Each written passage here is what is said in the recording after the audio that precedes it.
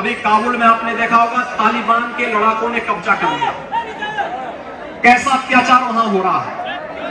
अपनी जान बचा करके कैसे वहां पर रह रहे अन्य लोग कैसे अपनी जान बचा करके, जो अमेरिका का जहाज उड़ रहा था उसके कोई उसके टायर में चढ़ गया, कोई उसकी छत में चढ़ गया, और जब जहाज टेक ऑफ किया तो आपने देखा होगा कैसे लोग गिर रहे थे, क्या स्थिति हो रही थी।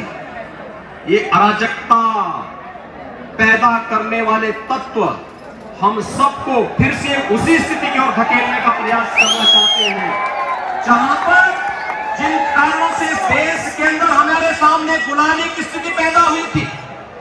देश गुलाम क्यों हुआ?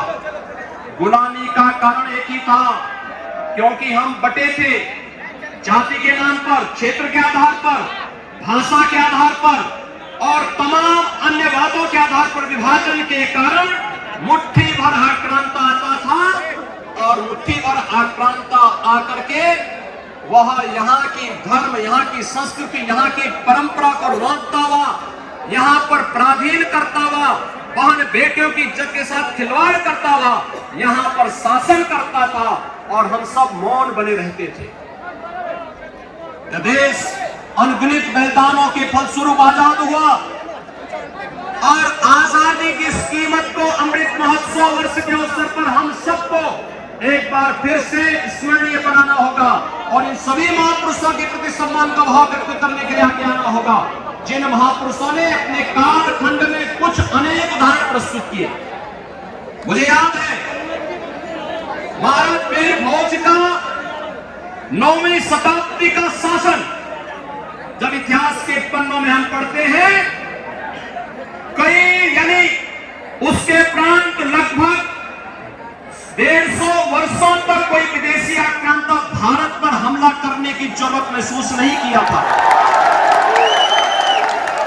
याद करिए, उसके बाद मोहम्मद गजनवी का ही हमला होता है, जो भारत के मंदिरों को, भारत के धर्मस्थलों को रोकते हुए, तोड़ते हुए, यहाँ की बहन बेटियों को गजनी की बाजार में 2-2 दिनार में बेचता हुआ बेशर्मी के साथ भारत को अपमानित करता हुआ दिखाई देता है। क्या हमने कभी इतिहास के इन काले क्षणों से भी कुछ सबक सीखा? आखिर महाराज वीर भोज ने हमें सुरक्षा का जो कवच दिया था, ये कवच क्यों टूटा? कैसे विदेशी आक्रांता आकर के फिर से भारत की धर्म संस्कृति को रोकते हुए, हम सब जानते हैं राजा वीर भोज ये शिव भक्त थे, और गजनवी ने पहला हमला कहां किया था? महान शैव स्थल 12 ज्योतिर्लिंगों में पूज्य सोमनाथ के मंदिर पर। याद करिए, दूसरा महापुरुष में देखता हूं, आप पूर्वी उत्तर प्रदेश में कभी गए होंगे, महाराज सुहेल देव का नाम आपने सुना होगा। मोहम्मद गजनवी के बाद उसके भांजे सालार मसूद के आक्रांत से भारत को मुक्त कराने वाला कोई महापुरुष था, और उस समय का प्राक्रमी महापुरुष था 11वीं सदी में, यानी 9 सदी के बाद 11वीं सदी, 2 सदी हो गए थे। 2 सदी के बाद कोई महापुरुष आया था, वह महापुरुष था महाराज सुहेल देव, जिन्होंने उन विदेशी आक्रांताओं को रोकते हुए पूरी तरह भारत को आक्रांताओं से मुक्त किया। लेकिन भाइयों बहनों, इन महापुरुषों के इस त्याग और बलिदान को भारत लंबे समय तक आगे नहीं बढ़ा पाया, उनके योगदान को लंबे समय तक आगे नहीं बढ़ा पाया, क्योंकि हमारे यहाँ फिर वही विकृति एक बार फिर से सिर चढ़ करके बोलती हुई दिखाई दी, जिस विकृति के कारण इस देश के अंदर विदेशी आक्रांता आते थे। आप कभी इतिहास पढ़िए, पानीपत के युद्ध के बारे में देखिए, वहां क्या स्थिति है। जब वे भारत के अंदर नजर डालते हैं, और जब सेनाएं आमने सामने रात्रि को अपने शिविर में रखते थे, तब उन्हें लगता था कि नहीं, भारतीय सेना बड़ी होने के बावजूद भी जाति के आधार पर, क्षेत्र के आधार पर, भाषा के आधार पर बटी हुई है, इनमें समन्वय का अभाव है, और फिर इसी का लाभ उठा करके विदेशी आक्रांता आकर के यहाँ पर उस प्रकार की स्थिति पैदा करने का प्रयास करते थे, और उसका किस प्रकार से दुरुपयोग हुआ बाप के कालखंड में किसी से छुपा हुआ नहीं है। ये पश्चिमी उत्तर प्रदेश से ज्यादा इस पीड़ा को कौन झेल रहा है? याद करिए, आज से 4.5 वर्ष पहले क्या स्थिति थी। यहाँ पर कावड़ यात्रा नहीं निकलने दी जाती थी। आखिर सरकार को तब भी कोई बाहर से शासक नहीं था प्रदेश में, चेहरे सब आप ही के बीच के थे, लेकिन कावड़ यात्रा नहीं निकलने दी जाती थी, दुर्गा पूजा नहीं करने दी जाती थी, कोई भी पर्व और त्योहार नहीं मनाने दिए जाते थे। अभी आपने देखा होगा 5 अगस्त 2020 को अयोध्या में भगवान राम के भव्य मंदिर निर्माण की आधारशिला प्रधानमंत्री मोदी जी ने रखी। क्या 1947 के बाद प्रदेश में और देश के अंदर सरकार ही नहीं बनी थी क्या, कि वर्षों से 500 वर्षों से चली आ रही समस्या का हम समाधान कर सके? लेकिन समाधान के लिए इच्छा शक्ति का अभाव होगा तो समाधान होगा। समाधान के लिए भाइयों बहनों हमें याद रखना होगा, समाधान के लिए उस प्रकार का दृढ़ निश्चयी व्यक्तित्व भी होना चाहिए और यह भी तय करना होगा कि अगर भारत की अस्मिता से और जनमानस की आस्था से जुड़ा हुआ कोई मानबिंदु होगा, हमें उसे सम्मान देना ही है। भले ही वोट बैंक की राजनीति कुछ भी कहती हो, उससे ऊपर उठ करके जब कार्य होता है तब इस प्रकार के परिणाम आते हैं। आज आप जा सकते हैं अयोध्या में, अयोध्या में आप जाइए, आज वहां पर केवल और केवल आपको देखने को मिलेगा भगवान श्री राम का भव्य मंदिर के निर्माण का कार्य किस भव्यता के साथ आगे बढ़ रहा है। क्या हर भारतवासी को इस पर गौरव की अनुभूति नहीं होनी चाहिए? हर भारतीय इस पर गौरव की अनुभूति करता है और यही कहने के लिए आज फिर मैं आपके बीच आया हूं। हम इतिहास की गलतियों से सबक सीखें और अमृत महोत्सव वर्ष के अवसर पर खास तौर पर हम इस प्रकार की स्थिति पैदा करें कि फिर से आजादी पर किसी प्रकार का ग्रहण लगाने का दुस्साहस कोई न करने पाए। अन्यथा पश्चिमी उत्तर प्रदेश में क्या स्थिति थी? 2014 के लोकसभा चुनाव के दौरान जब हम लोग पश्चिमी उत्तर प्रदेश में आते थे, किसी कार्यकर्ता के घर में जाते थे तो माताएं और बहनें एक ही शिकायत करती थी, क्या हम अपनी बेटियों को, अपनी बहनों को स्कूल भेज पाएंगे?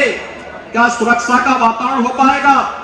इल्लीगल स्लॉटरिंग के माध्यम से जिस प्रकार से भैंसा काटी, और मुझे याद है सुरेंद्र नागर जी मेरे साथ सांसद थे, ये डेयरी भी चलाते हैं। इन्होंने कहा डेयरी के लिए मुझे और भी जगह कुछ ढूंढना है। मैंने कहा कैसे? इन्होंने कहा पश्चिमी उत्तर प्रदेश में सभी गौवंशी अवैध बूचड़खानों के हवाले चले गए हैं और इसको रोकने के लिए हमने कहा इंतजार करिए, भारतीय जनता पार्टी को आने दीजिए, अवैध बूचड़खाने बंद होंगे और गौवंश की रक्षा का पुख्ता व्यवस्था भी होगी। और भाइयों बहनों हम लोग आए थे, हम लोगों ने आने के तत्काल बाद पहला काम यही किया, अवैध बूचड़खाने बंद हो और दूसरा बहन और बेटियों की सुरक्षा की पुख्ता व्यवस्था हो। भाइयों बहनों आज आप देख रहे होंगे,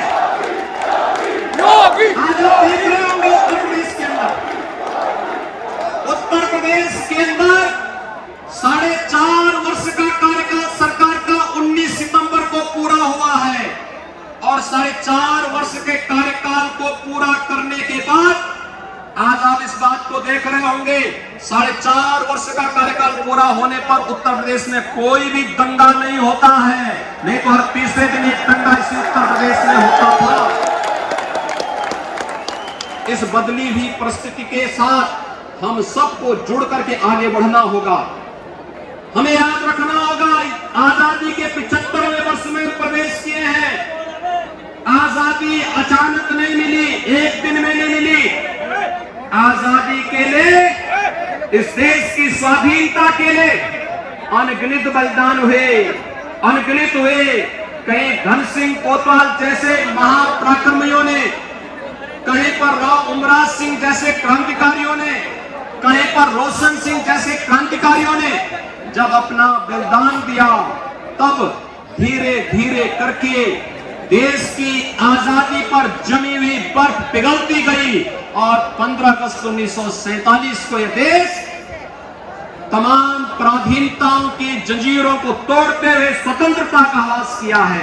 आज हम एकत्र हुए इतनी बड़ी संख्या में, इतनी बड़ी संख्या में एकत्र हुए हैं। यहां पर आपके माननीय सांसदगण उपस्थित है, माननीय विधायकगण उपस्थित है, पूरा समुदाय एकत्र है। ये सभी लोग एकत्र हैं, इस विश्वास के साथ एकत्र हैं कि हम लोग अपने आन मान और शान की रक्षा करने के लिए जब भी आवश्यकता पड़ेगी तो कदम से कदम मिला करके चलेंगे। और इसीलिए मैं आज के अवसर पर आप सबसे अपील करूंगा, भाइयों बहनों, मैं अपील करूंगा, सामाजिक संगठनों से मेरी अपील होगी कि आज उनकी सबसे महंगी भूमिका है। सामाजिक संगठन समाज के अंदर अगर किसी परिस्थितियों के कारण कोई विकृति पैदा हुई है, उस विकृति के लिए एक व्यापक जन जागरण का अभियान चलाए। अपने अपने समुदाय के गरीब बच्चों को आगे अच्छी पढ़ाई की जा सके, उच्च शिक्षा में हमें उन्हें आगे बढ़ा करके प्रतियोगी परीक्षाओं के साथ साथ जीवन के प्रत्येक क्षेत्र में हम आगे बढ़ा सके, इसके लिए उन्हें तैयार करना होगा। इस सरकार के साथ साथ अलग अलग समुदाय धर्मार्थ संस्थाओं को इसके लिए आगे आना होगा। और भाइयों बहनों, दूसरा, हम सबको एक बात ध्यान रखना होगा, हमारी जाति अलग हो सकती है, धर्म के लिए हम सबको अपने आप को आगे बढ़ाना होगा। यही सम्राट मिहिर भोज ने, यही पन्ना धाय ने, यही राव अमराज सिंह ने, यही रोशन सिंह ने और यही धन सिंह कोतवाल का यही संदेश आप सबके लिए है। मैं विद्यालय प्रबंध समिति को इस महान कार्य के लिए हृदय से अभिनंदन करता हूं, उन्हें इसके लिए बधाई देता हूं, शुभकामनाएं देता हूं और आप सबका आह्वान करूंगा, आज हम सब समय के अनुरूप अपने आप को तैयार करें, आगे बढ़ने के लिए तैयार करें। भारत एक बार फिर से दुनिया की एक महाशक्ति के रूप में प्रधानमंत्री मोदी जी के नेतृत्व में आगे बढ़े, यह आज की सबसे बड़ी आवश्यकता है। यही शुभकामना आप सबके प्रति व्यक्त करते हुए मैं अपनी वाणी को देता हूं विराम। जय जय श्री राम।